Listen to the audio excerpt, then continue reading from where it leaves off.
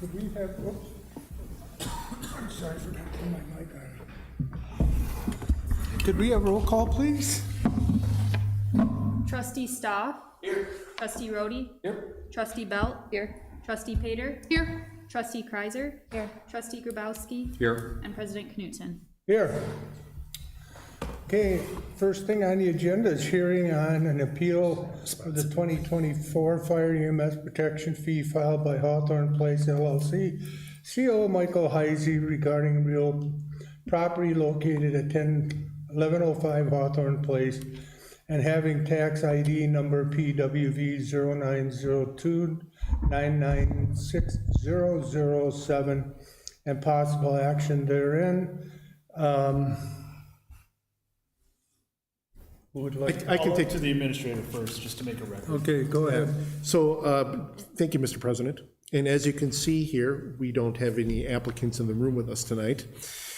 Per our ordinance, we have to give them a minimum of 5 business days notice that the hearing has been scheduled. And as you saw in your packet, that was done. And we heard immediately from the other applicant, Mr. Yankee, that he wouldn't be in town today. But I found out yesterday that Mr. Heisey was not available either today.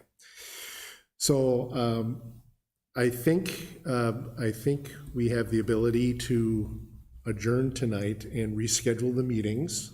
And then I would present them with a new notice. Our ordinance doesn't require us to arrange or schedule with them, just to tell them when the hearings are taking place, and then it's their responsibility to be available. So if we were to reschedule them, I would make it clear to them that they essentially got a mulligan or one free pass at a reschedule. And I don't know if Attorney Kurlinski wants to add to that. Yeah, I guess my recommendation would be to, obviously, we've provided the notice required by our ordinance, but then the question becomes, are we offering them a fair attempt at a hearing?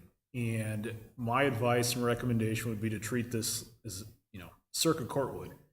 Give them one more shot, one courtesy adjournment, make a record of that. We will put them on notice that this is a total courtesy adjournment. It's not required under our ordinance. But I think it makes a better record and puts the village in a better position to argue that we went to all stops to provide a fair opportunity at a hearing if we, based upon this being the first request for an adjournment, grant that and schedule this in here at a later date with the appellants hopefully present. So my recommendation would be, as much as it pains us to have another special meeting, to adjourn both of these hearings. Matt, does it have to be a special meeting, or since this is at our discretion, can we just have it as part of a regular meeting? There's nothing requiring it be a special meeting. We've just done that in the past for convenience. So knowing the time that these take, I guess my recommendation would be to have it at least buffered out from a regular meeting if possible. But there's not a requirement that it be its own meeting.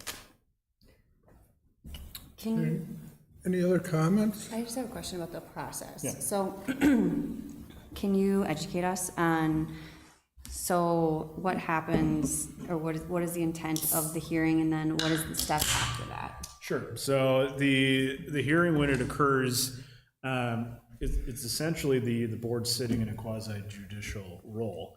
And those who were on the board last year will recall. Essentially what occurs is the appellant has submitted written information already to the village that has been processed, but they're given an opportunity to make a verbal presentation, oral presentation to the board, present whatever additional information or comments they wish. The board has some ability to ask questions if they wish, and then the village administrator presents the position of the village. That's the evidence that is submitted under our ordinance. After that occurs, the board deliberates on the evidence presented and then renders a decision whether or not to grant the appeal, deny the appeal, or continue the matter for receipt of additional information. So it is important in my mind to have the appellant here rather than proceed without them, especially when this is the first time that I understand it was scheduled before and had to be rescheduled on our part. So I guess in some respects, we give the applicants the benefit of the doubt. I think that creates a better record for us. Are there any other questions? Would someone like to make a motion as to a date that they have in mind? The next meeting is June 3rd.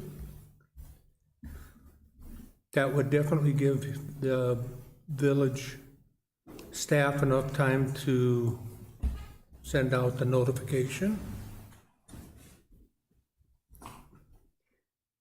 So is this, so we are responsible for acting on the appeal? Correct. And, okay.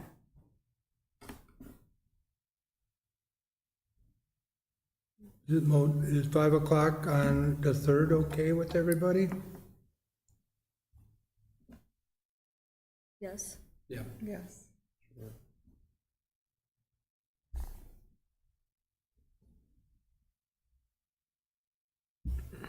So Yes, that's fine. would someone like to make a motion to that effect? If everybody's okay?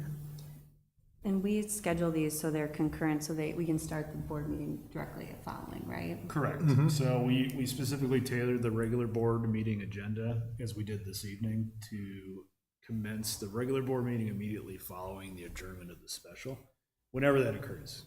Hopefully it's, in a timely manner, but it's not, we don't have to wait till 6.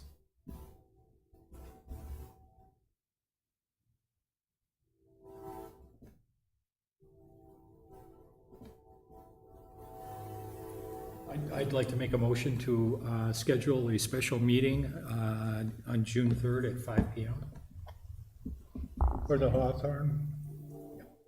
Yeah, well, let's address these individually. So this will be for the Hawthorne appeal. So it'd be for the Hawthorne place. For Hawthorne Place and for the corporation owning Yonke Funeral.